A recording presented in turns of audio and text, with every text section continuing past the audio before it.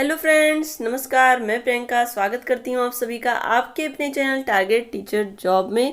तो फ्रेंड्स, कैसे हैं आप सभी को दिवाली की ढेर सारी शुभकामनाएं और आशा करती हूँ कि आपके सारी तैयारी अच्छी चल रही होगी। क्योंकि दोस्तों, चूंकि दिवाली तो है, लेकिन ये है कि हमें पढ़ाई भी करनी है और हमें ये फोकस करके रखना है कि हमारा एग्ज़ाम है। तो फ्रेंड्स, चलिए शुरू करते हैं। यहाँ पे हम लोग आज आपका नया टॉपिक नदियाँ, क्योंकि दोस्तों नदियाँ जो भारत की नदियाँ हैं, ये हमारे चाहे टेट हो या सी टेट हो या सुपर टेट हो, हर एग्जाम में पूछा ही जाता है इससे संबंधित क्वेश्चन। तो आज दोस्तों इससे संबंधित क्वेश्चन हम सॉल्व करेंगे और यहाँ पे हम डायरेक्ट आंसर ही देख रहे हैं, क्वेश्चन नहीं, बल्कि यहाँ पे हम वन लाइनर ही देख देख करके, क्योंकि दोस्तों क्वेश्चन फिर उसके ऑप्शन लिखने में काफ़ी टाइम जाता है, इसलिए मैंने सीधे आपको आंसर लिख करके ही बताया है। एक तरह से आपको वन लाइनर ही ज़्यादा लिखा है। तो फ्रेंड्स, यहाँ पे चलिए शुरू करते हैं और देखते हैं ये क्लास हमारे लिए कितनी बेनिफिशियल है। क्योंकि दोस्तों यहाँ से बाहर आपको कुछ भी नहीं पढ़ना नदियों के बारे में। तो चलिए शुरू करते हैं। यहाँ पे आज भारत की वो नदियाँ जो पश्चिम की ओर बहती हैं, यहाँ पे हमें सबसे पहले वो देखना जो पश्चिम की ओर नदियाँ बहती हैं। तो उसका एक ट्रिक है दोस्तों, यहाँ पे समानता, ये ट्रिक है समानता। तो चलिए देखते हैं कैसे समानता ट्रिक बना है। स से हो गया दोस्तों साबरमती नदी, माँ से माही नदी और ना से नर्मदा नदी और ता से ताप्ती नदी। दोस्तों ये वही नदियां हैं जो पश्चिम की ओर बहती हैं, बाकी सब पूरब की तरफ बहती हैं, ये आपको ध्यान रखना है। चलिए अब देखते हैं हम लोग गंगा नदी के विषय में। दोस्तों गंगा नदी भारत की सबसे महत्वपूर्ण नदी है, जो भारत और बांग्लादेश में 2525 किलोमीटर दूरी तय करती है। उत्तराखंड, उत्तर प्रदेश, बिहार, झारखंड और पश्चिम बंगाल से होकर ये गुजरती है। दोस्तों गंगा की सहायक नदी भागीरथी नदी है, जो कुमायूं में हिमालय के गोमुख नामक स्थान पर गंगोत्री हिमनद से निकलती है। तो ये आपको जो जो फैक्ट है ये आप याद रखिएगा। दोस्तों यहाँ पे देखिए, अलकनंदा गंगा नदी की शाखा अलकनंदा और भागीरथी 1500 फीट ऊंचाई पर स्थित देवप्रयाग में मिलती हैं। तो दोस्तों देखिए, अलकनंदा भी गंगा नदी की शाखा है, लेकिन दोस्तों ये अलकनंदा और भागीरथी जहाँ पर मिलती हैं उस स्थिति को क्या कहते हैं, देवप्रयाग कहते हैं। और यहाँ सम्मिलित जल गंगा नदी के नाम से आगे बढ़ता है, और यही जो सम्मिलित जल है वो गंगा नदी के नाम से आगे चला जाता है।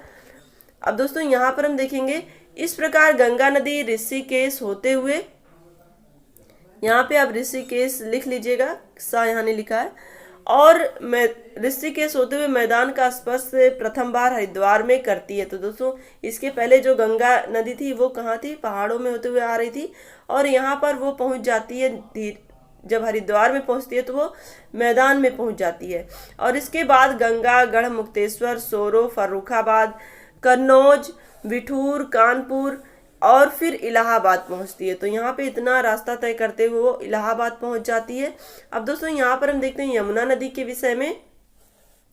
यमुना नदी गंगा नदी की सबसे बड़ी सहायक नदी है, जो यमुनोत्री उत्तरकाशी से 30 किलोमीटर उत्तर गढ़वाल नामक जगह से निकलती है और इलाहाबाद में गंगा से मिलती है। और यह संगम स्थल यहाँ पे हिंदुओं के एक प्रमुख तीर्थ के रूप में जाना जाता है, जिसे हम तीर्थराज प्रयाग भी कहते हैं। तो दोस्तों यहाँ पर देखिए, जब यमुना और गंगा मिलती हैं तो उस संगम को क्या कहते हैं, हिंदुओं के द्वारा वो बहुत ही पवित्र तीर्थ स्थल माना जाता है, उसे तीर्थराज प्रयाग के नाम से भी जाना जाता है।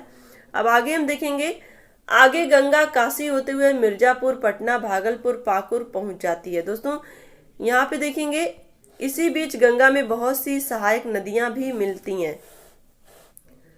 दोस्तों यहाँ पर देखिए, उत्तर से मिलने वाली सहायक नदियां, यहाँ पे गंगा में जो उत्तर से मिलती हैं वो सहायक नदियां कौन सी हैं, रामगंगा, गोमती, घाघरा, गंडक और कोसी। और राप्ती नदी घाघरा की सहायक नदी है यहाँ पे देखिए, और घाघरा जो है ये गंगा की सहायक नदी है। आपको ये याद रखना है कि राप्ती नदी जो है ये घाघरा की सहायक नदी है और घाघरा गंगा की सहायक नदी है। घाघरा देखिए, घाघरा ये दक्षिण तिब्बत के ऊंचे शिखरों से निकलती है, जहां इसका नाम करनाली है। तो दोस्तों जहां पे घाघरा निकलती है उसको क्या कहते हैं, करनाली कहते हैं। दोस्तों यहाँ पे देखिए ये नेपाल से होकर बहते हुए भारत के उत्तर प्रदेश बिहार में प्रवाहित होती है घाघरा नदी। दोस्तों देखिए भागलपुर से फिर पश्चिम बंगाल के मुर्शिदाबाद जिले के गिरिया स्थान के पास गंगा नदी 2 शाखाओं में विभाजित होती है। तो इसमें पहली शाखा भागीरथी और दूसरी है पद्मा। दोस्तों भागीरथी नदी गिरिया से दक्षिण की ओर बहने लगती है और जबकि पद्मा नदी दक्षिण पूर्व की ओर बहती फरक्का बैराज पे छनते हुए बांग्लादेश में पहुंच जाती है। यहाँ से गंगा का डेल्टाई भाग शुरू होता है। तो दोस्तों आगे हम देखेंगे मुर्शिदाबाद शहर से हुगली शहर तक गंगा का नाम भागीरथी नदी तथा हुगली शहर से मुहाने तक गंगा का नाम हुगली नदी है। तो दोस्तों ये भी आप जितने फैक्ट है मैंने सब लिखा है, अब आपको ये समझना है और इससे संबंधित क्वेश्चन जितने भी बनेंगे वो आप यहाँ पे मैंने क्वेश्चन इसलिए नहीं कराया क्योंकि क्वेश्चन बहुत डिटेल हो जाता है और यहाँ पे आपको केवल फैक्ट समझना है। अगर आप फैक्ट समझे रहेंगे तो क्वेश्चन आराम से कर ले जाएंगे। तो यहाँ पे देखिए दोस्तों मुर्शिदाबाद शहर से हुगली शहर तक गंगा का नाम क्या है, भागीरथी नाम है। और आगे जाने पे हुगली शहर से मुहाने तक जो गंगा का नाम है वो हुगली नदी है। अब यहाँ पर हम देखेंगे अब यमुना नदी की सहायक नदी दक्षिण से आकर जुड़ती हैं। अब दोस्तों यहाँ पर देखिए पहला नाम है चंबल। दोस्तों देखिए यहाँ पे आपको गंगा और यमुना ऐसे आपको पैरेलल दिखेंगे, लेकिन क्या होता है कि गंगा और यमुना का संगम सीधे आके कहाँ पर होता है, इलाहाबाद में ही होता है। अब यहाँ पर देखिए यमुना नदी की सहायक नदी जो दक्षिण से आकर जुड़ती हैं, इसमें पहला नाम है चंबल का और चंबल की सहायक नदी है बनास, काली, सिंध और पार्वती लिखा है यहाँ पे। तो दोस्तों यहाँ देखिए इसके बाद सिंध, बेतवा और केन है। तो इसके बाद अगर हम देखें टोम्स, सोन गंगा से मिलती हैं। तो दोस्तों यहाँ पर देखिए ये जो टोम्स और सोन नदी हैं ये सीधे इधर देखिए यहाँ पे गंगा आ रही थी और इधर से यमुना और इधर से जो सारी नदियां यहाँ पे मिली बनास, काली, सिंध, तिस्ता ये सब। तो ये जो नदियां मिली हैं यहाँ पे आपने देखा बनास, काली, सिंध, पार्वती ये सब जो नदियां मिली ये यहाँ पे तो यमुना से मिली ही। लेकिन दोस्तों अगर हम बात करें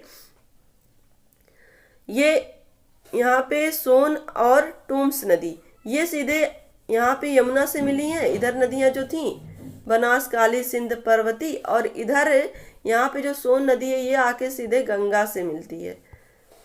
क्लियर। जबकि दोस्तों आपको पता है कि गंगा और यमुना आगे चल करके इलाहाबाद में एक हो जाती हैं जहाँ पे संगम का मेला लगता है। और यहाँ पे देखिए सोन की सहायक नदी रिहंद और कोयल है। ये सब दोस्तों यहाँ पे देखिए जितने भी फैक्ट हम लोग पढ़ रहे हैं ये सब आपके एग्जाम में पूछे हुए क्वेश्चन है, इसलिए आप याद रखिएगा। अब यहाँ पे देखिए पश्चिम बंगाल में 2 नदी मिलती हैं जिन्हें हम कहते हैं मयूराक्षी नदी और दामोदर नदी।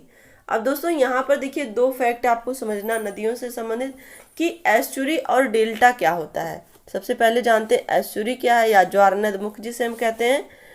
सागर तट पर स्थित आधा बंद खारे पानी का वह क्षेत्र जहां नदियों का ताजा पानी समुद्र के खारे पानी के साथ मिलता है। तो यहाँ पर देखिए सागर तट पर स्थित आधा बंद खारे पानी का वह क्षेत्र। अगर यहाँ पे देखिए ये इधर देखिए ये सब सागर है और इधर से नदी आ रही है। तो यहाँ पे थोड़ा सा ही तो मुहाना मिल रहा नदी को, तो जहाँ पे आके सागर से मिल रही है और यानी कि जहाँ पे नदियों का ताजा पानी और समुद्र का खारा पानी एक साथ मिलता है वो क्या कहलाता है, एस्चुरी कहलाता है।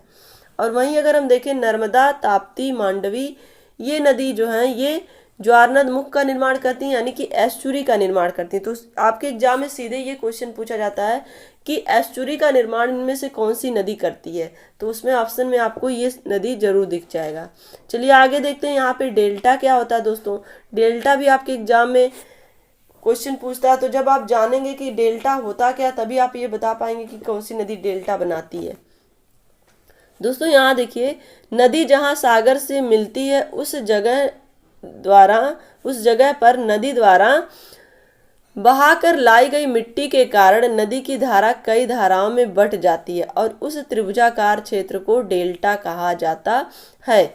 और डेल्टा प्रायः उपजाऊ मिट्टी का निर्माण करते हैं। दोस्तों देखिए इसमें क्या डेल्टा का मतलब, जैसे यहाँ पर देखिए नदी आ रही है तो नदी के साथ बहुत सारी मिट्टी और जो भी वनस्पतियाँ वगैरह बहुत सारी चीज़ें जो उसके साथ बह के चली आती हैं, तो उसकी वजह से जब ये यहाँ पे पहुँचती हैं सागर के पास, तो यहाँ पर वो ढेर सारा अवसाद जमा कर देती हैं। तो अवसाद आके इसके मुहाने पर यहाँ इकट्ठा होते जाते हैं, जिसकी वजह से वो कई रास्ता बन जाता है। यहाँ पे आके नदी से कई रास्ते जैसे दिखने लगते हैं, तो इस वजह से उनकी धाराएं कई जगहों पे बट जाती हैं और उसके बाद एक त्रिभुजाकार क्षेत्र बन जाता है। इनके बीच एक त्रिभुजाकार क्षेत्र बन जाता है, जिसको ही हम क्या कहते हैं, डेल्टा कहते हैं। और दोस्तों ये डेल्टा जो होता है ये प्रायः उपजाऊ मिट्टी का निर्माण करते हैं, क्योंकि दोस्तों नदियां अपने साथ अवसाद बहा के लाती हैं।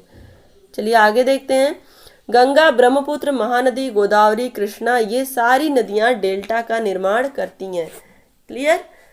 चलिए आगे देखते हैं। अब इम्पॉर्टेंट फैक्ट हम देखें दोस्तों, ये बहुत ही इम्पॉर्टेंट है और ये इस सारे आपके क्वेश्चन है। मैंने क्वेश्चन न लिख करके सीधे फैक्ट लिखा है, इसलिए आप सारे क्वेश्चन को यहाँ पे जितने भी फैक्ट हैं सबको बड़े ही ध्यान से पढ़ना और समझते पढ़ना, क्योंकि आपके एग्जाम में ऐसे ही क्वेश्चन पूछे जाएंगे।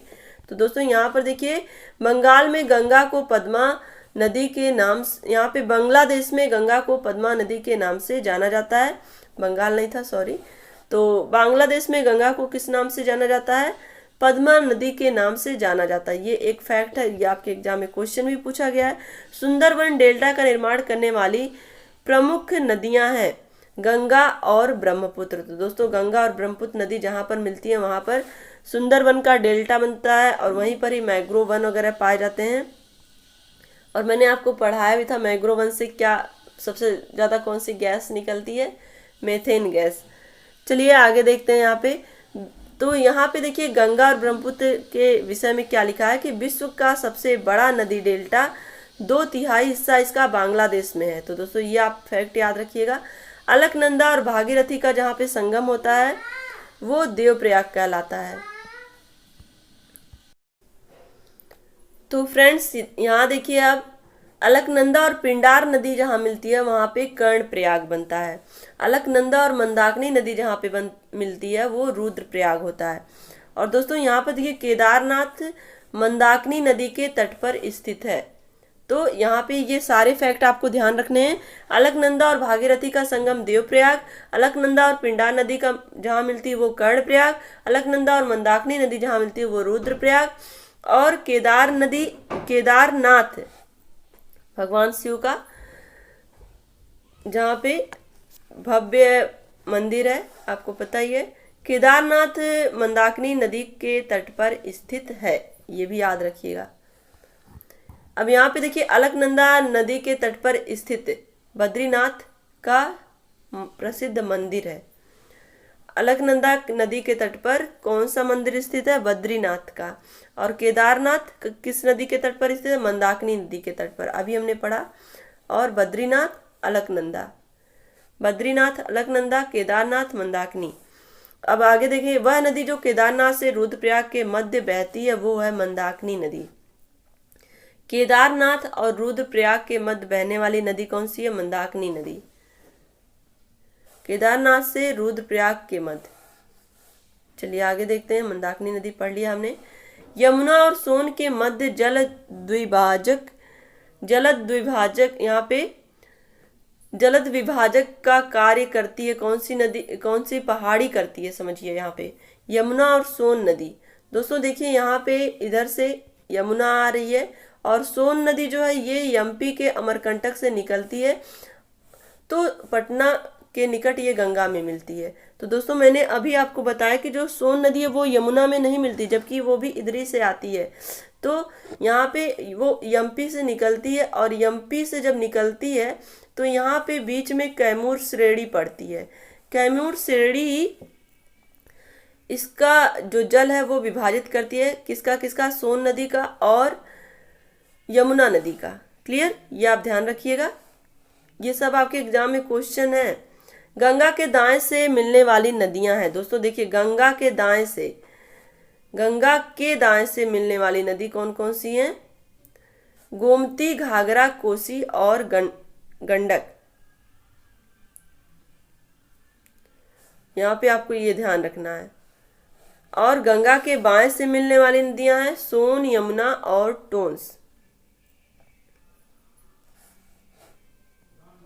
सोन नदी देखिए, आपका अभी मैंने पढ़ाया है कि ये अगर यहाँ पे गंगा बता रहा है यहाँ पे, तो यहाँ पे ये इसके बाएं से मिल रही हैं, तो ये बाएं इधर होगा और दायां इधर होगा। तो दायां जो है यहाँ पे, दाएं से जो मिल रही हैं वो उत्तर से आ रही हैं, बाएं से जो मिल रही हैं वो दक्षिण से आ रही हैं। क्लियर? इतना आप याद रखिएगा।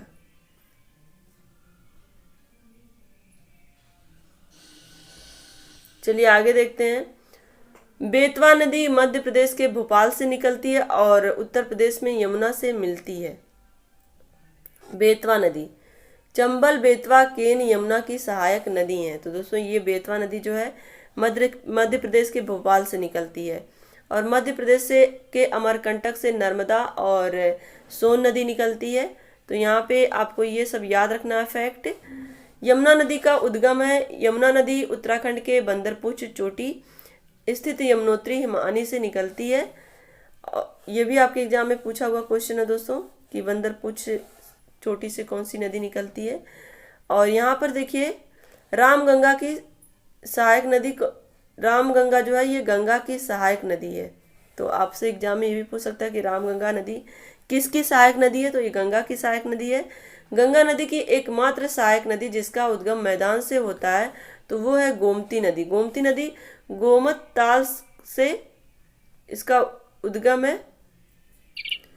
गोमत ताल से इसका उद्गम है। गंगा की एक मात्र सहायक नदी जो जिसका उद्गम जो है वो मैदान से होता है। कहाँ से? गोमत ताल से। और यहाँ पे देखिए, भागीरथी गंगोत्री से 19 किलोमीटर दूर गोमुख से निकलती है। भागीरथी गंगोत्री से 19 किलोमीटर दूर गोमुख से निकलती है।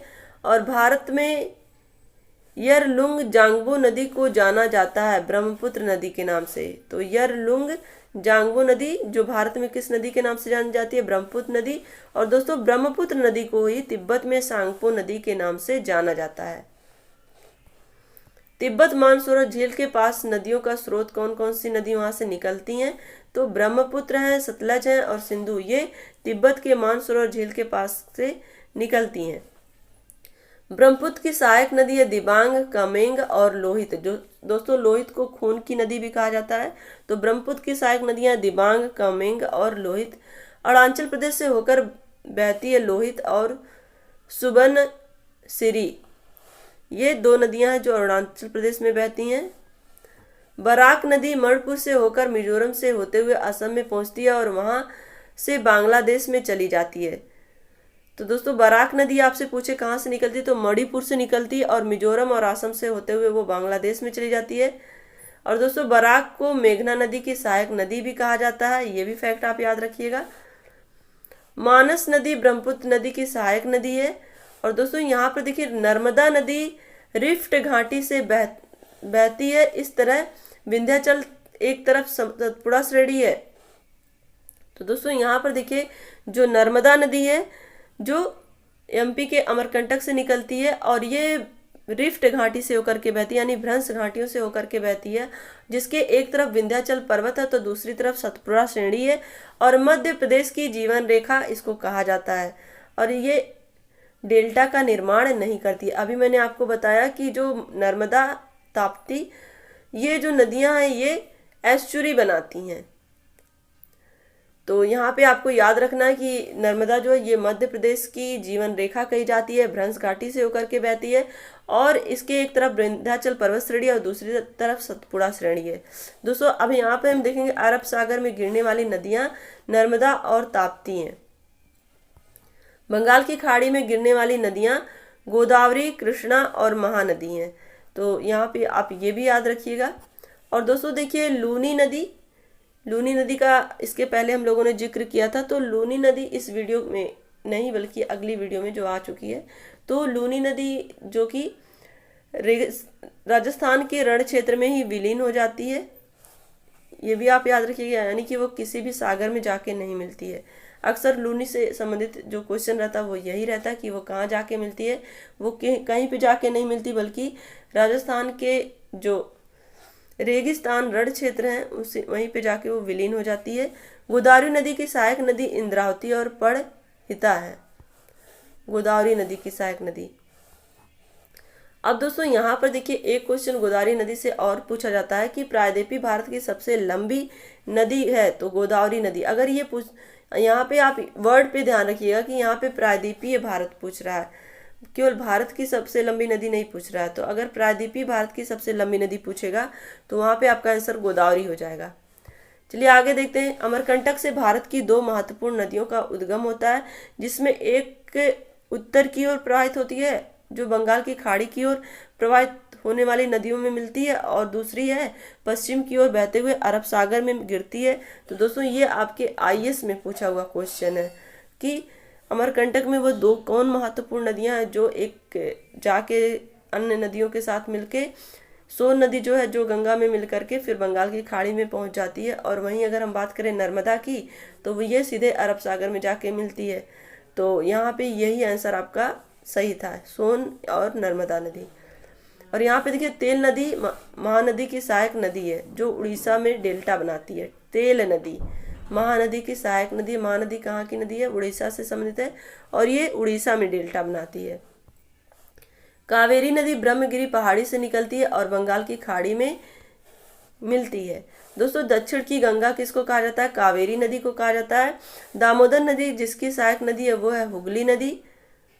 दोस्तों दामोदर नदी निकलती कहाँ से? छोटा नागपुर पठार से। छोटा नागपुर पठार कहाँ? झारखंड में है।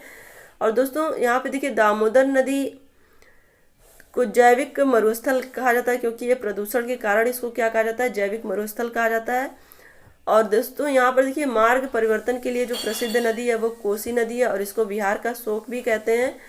यहाँ पे देखिए सतलज तिब्बत में मानसरोवर से निकलती है। और कपिली सहायक नदी किसकी है? ब्रह्मपुत्र की सहायक नदी है। माही नदी मध्य प्रदेश से निकलती है और खंबात की खाड़ी में गिरती है। और यहाँ पर देखिए भारत और नेपाल के मध्य काली नदी सीमा बनाती है। तो काली नदी जिसको हम शारदा नदी के नाम से भी जानते हैं, तो ये भारत और नेपाल के मध्य क्या है? सीमा बनाती है। तो दोस्तों आज की इस वीडियो में बस इतना ही। वीडियो लाइक करिएगा और अपने दोस्तों के साथ शेयर करिएगा, और कमेंट करके हमें बताइएगा कि आपको आज का क्लास कैसा लगा, क्योंकि ये नदियों से संबंधित सारे फैक्ट थे और सब ये आपके क्वेश्चन के रूप में ही थे, लेकिन मैंने क्वेश्चन के ऑप्शन नहीं डाल करके सीधे फैक्ट ही लिखा दिए। तो दोस्तों आशा करती हूँ कि आपको वीडियो अच्छी लगी होगी। वीडियो को लाइक करिएगा, अपने दोस्तों के साथ शेयर करिएगा, और अगर आप चैनल पर नए हैं तो प्लीज़ चैनल को सब्सक्राइब जरूर कर लीजिएगा। दोस्तों मिलते हैं नेक्स्ट वीडियो में। अपना ध्यान रखिएगा, अपनों का ध्यान रखिएगा और अपने आसपास सफाई रखिएगा। हमसे जुड़ने के लिए बहुत बहुत धन्यवाद। Take care, bye bye, love you all, जय हिंद।